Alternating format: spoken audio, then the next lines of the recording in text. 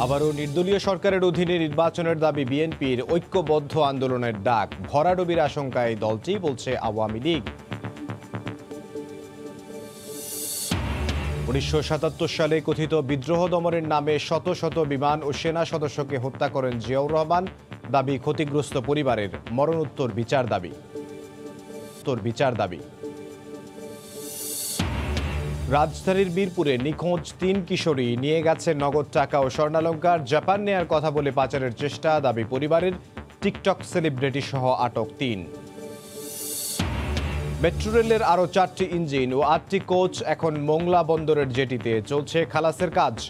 নদীপথে আনা হবে ঢাকার দিয়াবাড়িতে।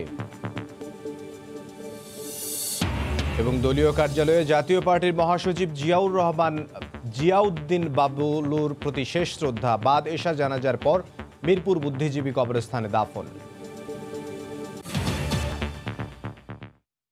সময় সংবাদের সঙ্গে আছে আমি ইমদাদুল। নির্বাচনকালীন নির্দলীয় সরকার গঠন ও নিরপেক্ষ নির্বাচন কমিশনের অধীনে নির্বাচন দিতে আবারও দাবি জানিয়েছে বিএনপি। একই সঙ্গে বেগম জিয়াকে মুক্তি দেওয়ারও আহ্বান নেতাদের। দুপুরে রাজধানী ইঞ্জিনিয়ার্স ইনস্টিটিউশনে বিএনপি আয়োজিত আলোচনা সভায় দলের মহাসচিব মির্জা ফখরুল ইসলাম আলমগীর বলেন, নেতাকর্মীদের ঐক্যবদ্ধ আন্দোলন গড়ে তুলতে হবে। 2001 সালের 1 অক্টোবর তত্ত্বাবধায়ক সরকারের অধীনে নির্বাচন দিবস উপলক্ষে রাজধানীর ইঞ্জিনিয়ার্স ইনস্টিটিউশন মিলনায়তনে বিএনপি আয়োজিত আলোচনা সভায় শনিবার সকাল থেকে ভিড় ছিল বিএনপি নেতাকর্মীদের। আলোচনায় অংশ নেন বিএনপি পন্থী শিক্ষক, বুদ্ধিজীবীরা সহ দলীয় নেতারা। বলেন, দলীয় সরকারের অধীনে কোনো নির্বাচন সুষ্ঠু হতে পারে না। আওয়ামী লীগ গেল, বিএনপি আসলো, এই অবস্থায় এর মধ্যে আছে এখন। আমার কথা ঠিক কিনা বলেন তো? সকলের ভিতরে একটাই আওয়াজ, আওয়ামী লীগ বোধহয় গেল, বিএনপি বোধহয় আসলো। এই যে মাঝ থেকে বোধহয় শব্দ উঠিয়ে দিয়ে আওয়ামী লীগ যাবে, বিএনপি ইনশাআল্লাহ ক্ষমতায় আসবে। অতীতের তিক্ত অভিজ্ঞতায় বর্তমান সরকারের অধীনে সুষ্ঠু নির্বাচন সম্ভব নয় মন্তব্য করে প্রধান অতিথির বক্তব্যে দলের মহাসচিব মির্জা ফখরুল বলেন, নির্দলীয় নিরপেক্ষ সরকারের অধীনে নির্বাচনের কোনো বিকল্প নেই। নির্বাচন খেলা আর হবে না। নির্বাচন হতে হলে অবশ্যই একটি নির্বাচনকালীন সময়ে নিরপেক্ষ সরকারের অধীনে নির্বাচন হতে হবে। অবশ্যই একটি নিরপেক্ষ নির্বাচন কমিশনের পরিচালনায় নির্বাচন হতে হবে। এখনো সময় আছে। মানুষের ভাষাগুলো পড়েন, দেয়ালের লিখন দেখেন, দেখে মানে এই নির্বাচনকালীন সময়ে তত্ত্বাবধায়ক সরকারের বিধান তৈরি করে সরে যান এবং জনগণকে তাদের ভোটের অধিকার প্রয়োগ করতে দিন। আমরা কোনো নির্বাচন মেনে নেব না যদি নির্বাচনকালীন সময়ে যদি একটি নিরপেক্ষ সরকার না থাকে। বেগম জিয়াকে গৃহবন্দী করে রাখার অভিযোগ করে চেয়ারপারসনের মুক্তির লক্ষ্যে বিভেদ ভুলে সকলকে ঐক্যবদ্ধ হয়ে আন্দোলনে নামার নির্দেশ দেন মির্জা ফখরুল। আহমেদ সালেহীন, সময় সংবাদ, ঢাকা। এদিকে আওয়ামী লীগ সাধারণ সম্পাদক ওবায়দুল কাদের বলেছেন, ভরাডুবির আশঙ্কায় আগেভাগেই নির্বাচনে অংশ না নেওয়ার চিন্তা ভাবনা করছে বিএনপি। দুপুরে এক ভিডিও বার্তায় তিনি কথা বলেন। এছাড়া আলাদা অনুষ্ঠানে যুগ্ম সাধারণ সম্পাদক মাহবুবুল আলম হানিফ বলেন, নির্বাচনের মতো আন্দোলনেও ভরাডুবি হবে দলটির। ফখরুল সাহেবের বাক চাতুর্য বেশ কিছুদিন ধরেই আসছে নির্বাচন ইস্যুতে নানা বিষয়ে সরব বিএনপি। এরই প্রেক্ষিতে শনিবার নিজ বাসায় ব্রিফিংয়ে আওয়ামী লীগ সাধারণ সম্পাদক ওবায়দুল কাদের বলেন, বিএনপি কথিত জোয়ার এখন ভাটায় পরিণত হয়েছে। গত 13 বছরে কোনো নির্বাচনে বিএনপির গণজোয়ারের দেখা যায়নি দাবি করে ওবায়দুল কাদের বলেন, তারা ভরাডুবির ভয়ে ভোটের ময়দান ছেড়ে গণমাধ্যম ও সামাজিক যোগাযোগ মাধ্যমে রাজনীতি সীমাবদ্ধ রেখেছে। আসলে পরবর্তী জাতীয় নির্বাচনে ভরাডুবির আশঙ্কা তাদের আগেই পেয়ে বসেছে। নির্বাচনে হেরে যাওয়ার ভয়ে তাদেরই হৃদকম্পন শুরু হয়ে গেছে।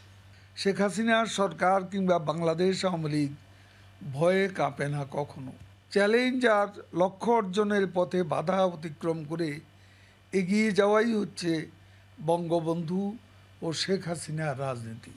এদিকে চাঁদপুরে এক আলোচনায় দলের যুগ্ম মহাসচিব মাহবুবুল আলম হানিফ দাবি করেন, নিজেদের অপকর্মের কারণেই জনবিচ্ছিন্ন বিএনপি। তত্ত্বাবধায়ক সরকারের নামে কোনো অযৌক্তিক দাবি সরকার মেনে নেবে না বলেও সাফ জানান তিনি। দুর্নীতি এবং পেট্রোল বোমাতে মানুষ পুড়ে হত্যার কারণে তারা জনগণ থেকে এতটাই দূরে সরে গেছে যে তাদের আগামী নির্বাচন তো দূরের কথা, তাদের জীবদ্দশায় আর কখনো বিএনপি ক্ষমতা আসতে পারবে কিনা এটি নিয়ে জনগণ আমার মনে হয় ভাবছে না। সংবিধান মেনেই আসছে নির্বাচনে বিএনপিকে অংশ নিতে হবে বলেও জানিয়ে দেন আওয়ামী লীগ নেতারা। রাশেদ লিমন, সময় সংবাদ, ঢাকা। দলীয় কার্যালয়ে জাতীয় পার্টির মহাসচিব জিয়াউদ্দিন আহমেদ বাবলুর প্রতি শেষ শ্রদ্ধা জানিয়েছেন নেতাকর্মীরা। এর আগে সকাল 9:15টার দিকে রাজধানীর বাংলাদেশ স্পেশালাইজড হাসপাতালে চিকিৎসাধীন অবস্থায় মারা যান তিনি। তার মৃত্যুতে শোক জানিয়েছেন রাষ্ট্রপতি মোহাম্মদ আব্দুল হামিদ ও প্রধানমন্ত্রী শেখ হাসিনা। তার নামাজে জানাজা বাদ এশা গুলশান আজাদ মসজিদে অনুষ্ঠিত হবার কথা রয়েছে। পরে মিরপুর শহীদ বুদ্ধিজীবী গোরস্থানে দাফন করা হবে তাকে। প্রিয় এই প্রাঙ্গণ একসময় যার পদচারণায় মুখর থাকত, সেখানে এসেছে তার কফিনবন্দি নিথর দেহ। শেষবারের মতো প্রিয় নেতাকে এক নজর দেখতে অশ্রুভেজা চোখে কাকরাইলে দলের কেন্দ্রীয় কার্যালয়ের সামনে ভিড় জমান জাতীয় পার্টির নেতাকর্মীরা। এমন একজন মানুষ ছিলেন, ওনার কথা শোনার পরে আমার দম বন্ধ হয়ে আসতেছে। বাংলাদেশের যতগুলো ছাত্র আন্দোলন হয়েছে তার অগ্রণী ভূমিকা পালন করেছেন জনাব জিয়াউদ্দিন আহমেদ বাবলু আজকে সকাল 9:12 সময় উনি ইন্তেকাল করেছেন। বর্ণাঢ্য রাজনীতির অতীত যার ছিল, বর্তমান যার ছিল, ঐক্যের রাজনীতি, দেশ গড়া রাজনীতির সাথে তিনি যুক্ত ছিলেন। জাতীয় পার্টির মহাসচিব জিয়াউদ্দিন আহমেদ বাবলু দীর্ঘদিন ধরেই অ্যাজমা, হার্টের সমস্যা সহ নানা শারীরিক জটিলতায় ভুগছিলেন। গেল মাসের 6 সেপ্টেম্বর করোনা আক্রান্ত হয়ে রাজধানীর ল্যাবেট হাসপাতালে ভর্তি হন তিনি। করোনায় তার ফুসফুস মারাত্মকভাবে আক্রান্ত হয়ে অবস্থার অবনতি হলে শ্যামলীর বাংলাদেশ স্পেশালাইজড হাসপাতালে নেওয়া হয়। সেখানে লাইফ সাপোর্টে ছিলেন তিনি। অবশেষে চিকিৎসাধীন অবস্থায় শনিবার সকাল 9:15টার দিকে তিনি মারা যান। দাফন হবে মিরপুর বুদ্ধিজীবী কবরস্থানে। আপনারা সবাই ওনার জন্য দোয়া করবেন। উনি পোস্ট কোভিড কমপ্লিকেশনেই ভুগছিলেন, যেটা হলো আমরা বলি পোস্ট কোভিড ফাইব্রোসিস। লাংটা আস্তে আস্তে শক্ত হয়ে যাচ্ছিল, এই কারণে ওনার অক্সিজেনেশন মেনটেন হচ্ছিল না খুব ভালো।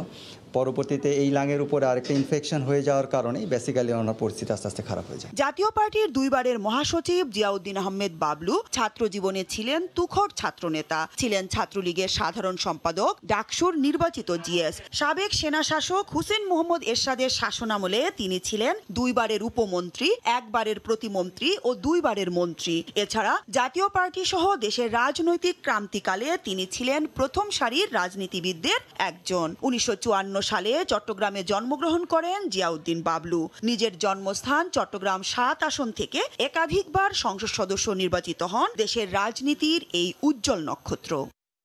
মৌসুম ইসলাম, সময় সংবাদ, ঢাকা।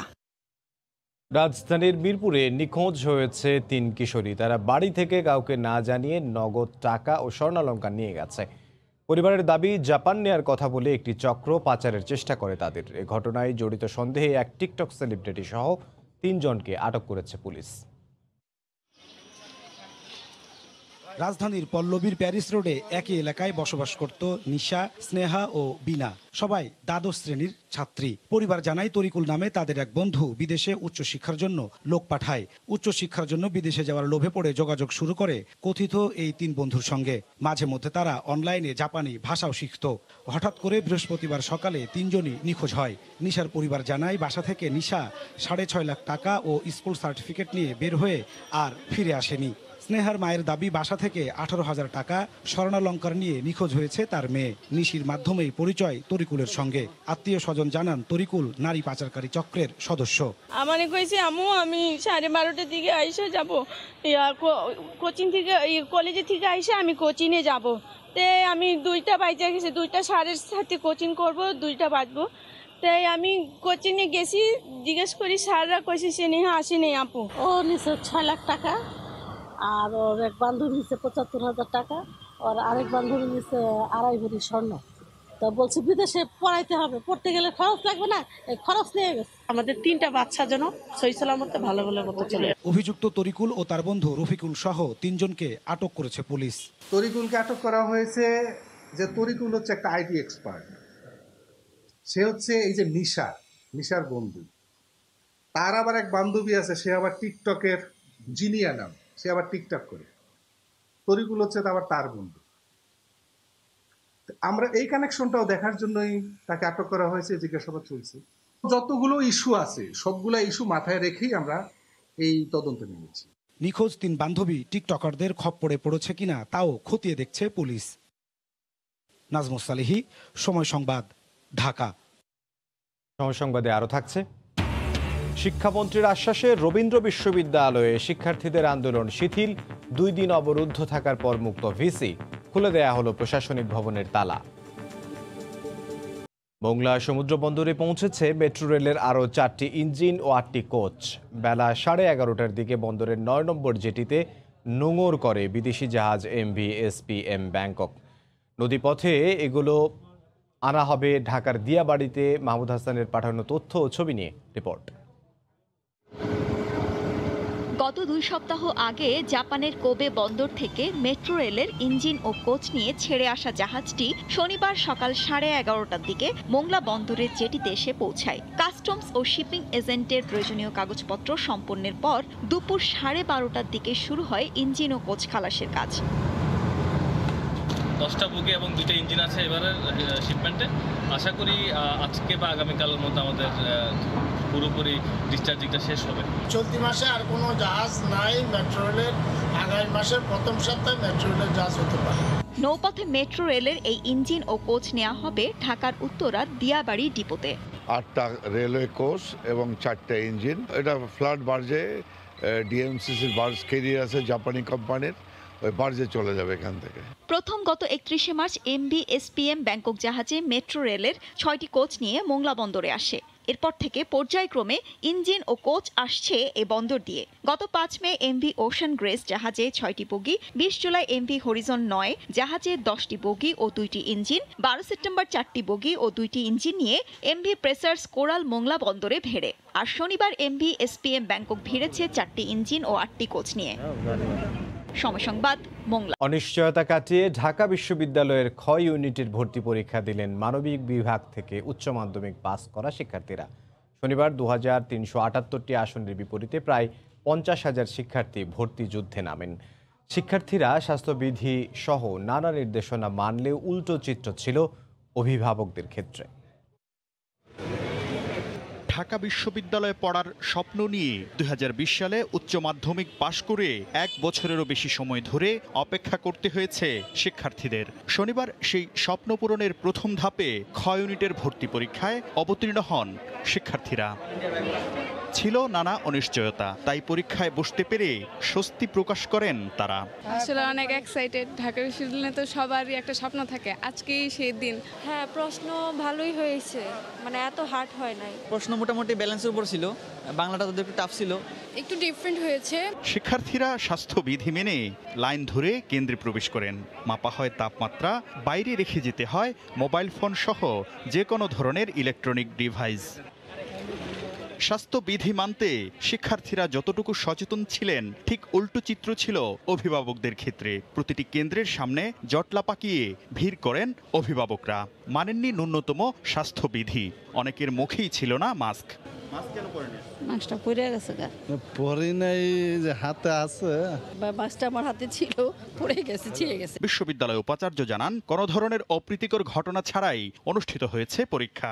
অভিভাবকদের স্বাস্থ্যবিধি মানতে আবারও অনুরোধ জানান তিনি, যাতে শিক্ষার্থীদের সাথে অভিভাবক, পিতামাতা, অন্যান্যরা বহুজন না আসেন, বড় আকারের ভিড় হয়, যেটি কোনো ক্রমেই স্বাস্থ্য রক্ষা দিতে এটা অনুকূল নয়।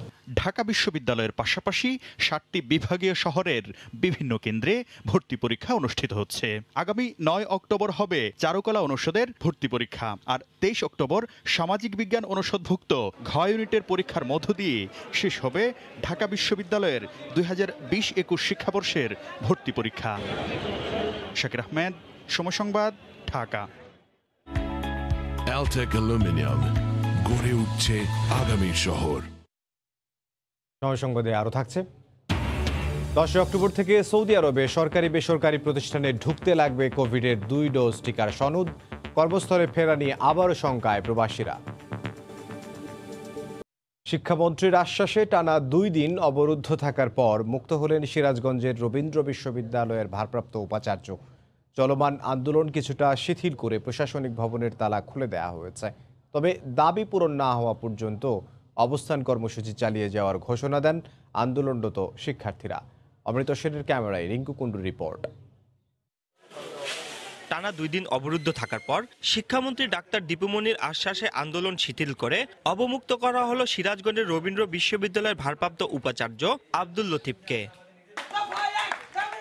এর আগে শনিবার সকাল থেকে প্রশাসনিক ভবনের সামনে অবস্থান নেন শিক্ষার্থীরা। চুল কাটার ঘটনায় অভিযুক্ত শিক্ষকের স্থায়ী বহিষ্কারের দাবিতে স্লোগান দেন তারা। সকাল 8টার দিকে শিক্ষামন্ত্রী দীপুমনির সঙ্গে মুঠোফোনে কথা হয় শিক্ষার্থীদের। এ সময় তাদের দাবি মেনে নেওয়ার আশ্বাস দেন মন্ত্রী। পরে তালা খুলে মুক্ত করা হয় বিশ্ববিদ্যালয়ের ভারপ্রাপ্ত উপাচার্যকে। স্থায়ীভাবে কোনো চাকরি কারোরই, ইভেন একটা পিওনের চাকরিও আমি ভিসি হয়ে তাকে চাকরিচ্যুত করতে পারবো না। এটা একটা প্রক্রিয়া আছে। এদিকে দাবি পূরণ না হওয়া পর্যন্ত চলমান আন্দোলন কিছুটা শিথিল করে সকাল 9টা থেকে বিকাল 4টা পর্যন্ত চালিয়ে যাওয়ার কথা জানান শিক্ষার্থীরা। আমরা সোমবার পর্যন্ত সিন্ডিকেট মিটিংয়ের জন্য অপেক্ষা করব। সোমবারের মধ্যে কোনো সিদ্ধান্ত যদি না আসে, সেই ক্ষেত্রে মঙ্গলবার থেকে আমরা আবার জোরালো আন্দোলনের সিদ্ধান্ত রেখেছি এবং আমরা এটা বাস্তবায়ন করব ইনশাল্লাহ। গত 26 সেপ্টেম্বর রবীন্দ্র বিশ্ববিদ্যালয়ের সাংস্কৃতিক ঐতিহ্য ও বাংলাদেশ অধ্যয়ন বিভাগের প্রথম বর্ষের পরীক্ষার দিন কেন্দ্রে ঢোকার সময় 16 শিক্ষার্থীর চুল কেটে দেন বিভাগীয় চেয়ারম্যান ফারহানা ইয়াসমিন। এরপর তাকে স্থায়ী বহিষ্কারের দাবিতে আন্দোলন শুরু করেন শিক্ষার্থীরা। রিঙ্কু কুন্ডু, সময় সংবাদ, সিরাজগঞ্জ। 1977 সালে কথিত বিদ্রোহ দমনের নামে শত শত সেনা ও বিমান বাহিনীর সদস্যকে হত্যা করেন জিয়াউর রহমান, এমন দাবি করেন ক্ষতিগ্রস্ত পরিবার। প্রায় 1,500 সেনা ও বিমান বাহিনীর সদস্যের লাশ কোথায়, সেই তথ্য জানতে চান পরিবারের সদস্যরা। পাশাপাশি তদন্ত কমিশন গঠনের দাবি করেন তারা। এ সময় জিয়াউর রহমানের মরণোত্তর বিচার দাবি করেন পরিবারের সদস্যরা। ষাটোর্ধ লায়লা আঞ্জুমান, স্বামী ফ্লাইট সার্জেন্ট তোফাজ্জল হোসেন। বিয়ের 1.5 বছরের মাথায় ক্যান্টনমেন্ট থেকে নিখোঁজ হন তিনি। লায়লা শুনেছেন তথাকথিত বিদ্রোহ দমনের নামে জিয়াউর রহমানের সময়ে তার স্বামীর ফাঁসি হয়েছে। স্বামীর কবরের খোঁজ পেতে জাতীয় প্রেস ক্লাবে হাজির হয়েছেন লায়লা। আমি ক্লাস 10-এ পড়ি, তখন আমার বিয়ে হয়েছে। আমার বাচ্চা তখন 6 মাস। আমার বাচ্চা তো বাবা বলে ডাকতে পারে না, বাবা দেখে নাই, বাবার আদর পায় না। সবচেয়ে বেশি কষ্ট আজকে আমি বলতে পারি না তোর বাবার কবরটা এই জায়গায়। শুধু লায়লা নন, তার মতো শত শত পরিবার শনিবার সকালে হাজির হন জাতীয় প্রেস ক্লাবে। আলোচনা সভা পরিণত হয় শোক সভায়। একটা গার্মেন্টসে আমি চাকরি নেই, আমার বলতে কোনো লজ্জা নাই। আমি কর্ম করেছি, আমি পরিশ্রম করেছি। আমার দাদা বাড়িতেও আমার মা ঠাঁই পায়নি। সবাই আমার মাকে কুলঙ্কার বলতো।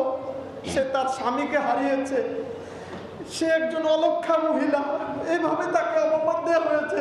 1977 সাল, রাষ্ট্র ক্ষমতায় জিয়াউর রহমান। সেপ্টেম্বরের শেষ দিকে বিমানবাহিনীতে ঘটে অভ্যুত্থানের ঘটনা। সেই অভ্যুত্থান দমনের নামে ফায়ারিং স্কোয়াডে ফাঁসিতে ঝুলিয়ে প্রায় 1,500 সেনা ও বিমানবাহিনীর সদস্যকে হত্যা করা হয়। কিন্তু সেই লাশগুলোর কবর কোথায় তা কেউ জানে না। আলোচনা সভায় সংহতি জানান বিভিন্ন পেশার অনেকেই। বক্তারা বলেন, একদিকে তাদের যেমন হত্যা করা হয়েছে, তেমনি অন্যদিকে পরিবারগুলো পায়নি সরকারি সহায়তা। জিয়াউর রহমান তেমনি এক আদর্শহীন মানুষ। মানুষকে বিশ্বাস করতেন না, তার সঙ্গীকে বিশ্বাস করতেন না, কর্নেল তাহেরের মতো লোককে বিশ্বাস করতেন না। তিনি বিশ্বাস করতেন শুধু নিজেকে এবং নিজের স্বার্থকে। বক্তারা জেনারেল জিয়ার মরণোত্তর বিচার দাবি করেন। ফাঁসি দেওয়ার পরে আইন করা হয়েছে, এই ধরনের নজির কিন্তু সারা পৃথিবীতে কোথাও খুঁজে পাবেন না। খুনি জিয়া কর্তৃক ফাঁসি দেওয়া তদন্তের জন্য একটি শক্তিশালী তদন্ত কমিশন করা দরকার। ওই একই সময় জাপান এয়ারলাইন্সের একটি বিমান ছিনতাই করে ঢাকায় আনেন জাপানি রেড আর্মির কমিউনিস্টরা। সেই ঘটনার সঙ্গে বাংলাদেশের অভ্যুত্থান জড়িত কিনা তা আজও অজানা। খুনি জিয়াউর রহমান, তার দূষররা ক্যান্টনমেন্টে ষড়যন্ত্র করে হত্যা করেছে। পরবর্তীকার তাদেরকে জাহান্নামে দাও। আমিন আমিন আমিন। আতিকুর রহমান তামাল, সময় সংবাদ, ঢাকা। দেখছেন সময় সংবাদ। আগামী 10 অক্টোবর থেকে সৌদি আরবে সরকারি বেসরকারি প্রতিষ্ঠানে প্রবেশ করতে লাগবে কোভিড টিকার সনদ। 1 ডোজ গ্রহণকারীরাও পাবেন না প্রবেশের অনুমতি জানিয়ে নতুন করে শঙ্কার সৃষ্টি হয়েছে। এতে সবচেয়ে বেশি বিপাকে পড়বেন প্রবাসী বাংলাদেশিরা। সৌদি আরব থেকে আল মামুন শিপনের সহযোগিতায় আরিফুর রহমানের রিপোর্ট। সৌদি আরবে শতভাগ মানুষ টিকার আওতায় না এলেও সরকারি বেসরকারি কাজে টিকার সনদ বাধ্যতামূলক করা হয়েছে।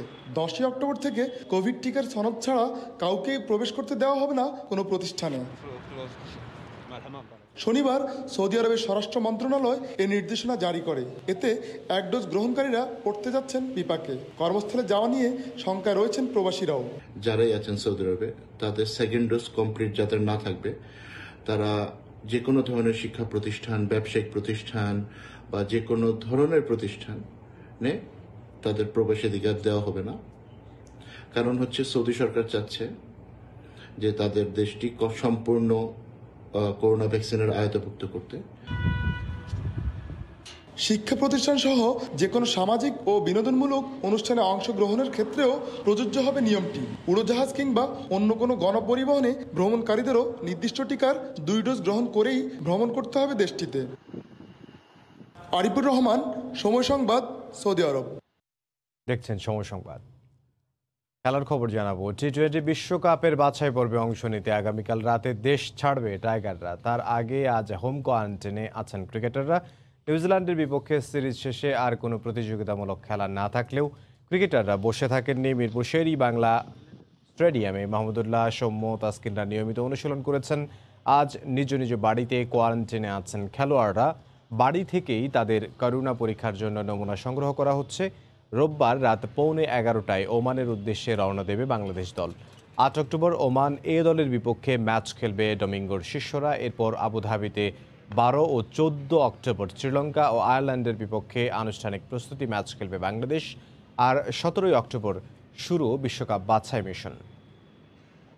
টি-20 বিশ্বকাপের জন্য ঘোষিত দলের আকার বাড়িয়েছে শ্রীলঙ্কা ক্রিকেট বোর্ড। নতুন করে 5 জনকে যুক্ত করেছে এসএলসি। আর ইনজুরির কারণে বাদ পড়েছেন লাহিরু মাদুশঙ্কা। আইসিসির নিয়ম অনুযায়ী অক্টোবরের 10 তারিখ পর্যন্ত দলে পরিবর্তন আনতে পারবে দলগুলো। সে আইন মেনেই নতুন করে মিনোদ ভানুকা, রমশ মেন্ডেস, পাথুম নিশাকা, সান্দাকান এবং অ্যাশেন বান্দারাকে যোগ করে চূড়ান্ত দল ঘোষণা করেছে লঙ্কান ক্রিকেট বোর্ড। আর ইনজুরি থেকে সেরে উঠতে না পারায় আগের দল থেকে বাদ পড়েছেন মাদুশঙ্কা। দলে আসলেও মূল একাদশে সুযোগ পাওয়ার সম্ভাবনা কম এই ক্রিকেটারদের। মূলত কোভিড এবং ইনজুরির কারণে বিকল্প হিসেবে তাদের স্কোয়াডে নেওয়া হয়েছে। বিশ্বকাপে বাংলাদেশের মতোই প্রাথমিক পর্বে খেলতে হবে শ্রীলঙ্কাকে। সেখানে তাদের প্রতিপক্ষ নামিবিয়া, আয়ারল্যান্ড এবং নেদারল্যান্ডস। এ পর্যায়ে শীর্ষ সংবাদ জানিয়ে দিচ্ছি আরও একবার। আবারও নির্দলীয় সরকারের অধীনে নির্বাচনের দাবি বিএনপির। ঐক্যবদ্ধ আন্দোলনের ডাক। ভরাডুবির আশঙ্কায় দলটি, বলছে আওয়ামী লীগ। 1977 সালে কথিত বিদ্রোহ দমনের নামে শত শত বিমান ও সেনা সদস্যকে হত্যা করেন জিয়াউর রহমান। দাবি ক্ষতিগ্রস্ত পরিবারের মরণোত্তর বিচার দাবি। এবং রাজধানীর মিরপুরে নিখোঁজ 3 কিশোরী, নিয়ে গেছে নগদ টাকা ও স্বর্ণালংকার। জাপান নেয়ার কথা বলে পাচারের চেষ্টা, দাবি পরিবারের। টিকটক সেলিব্রিটি সহ আটক 3। এই ছিল এখনকার মতো। সঙ্গে থাকুন সময়।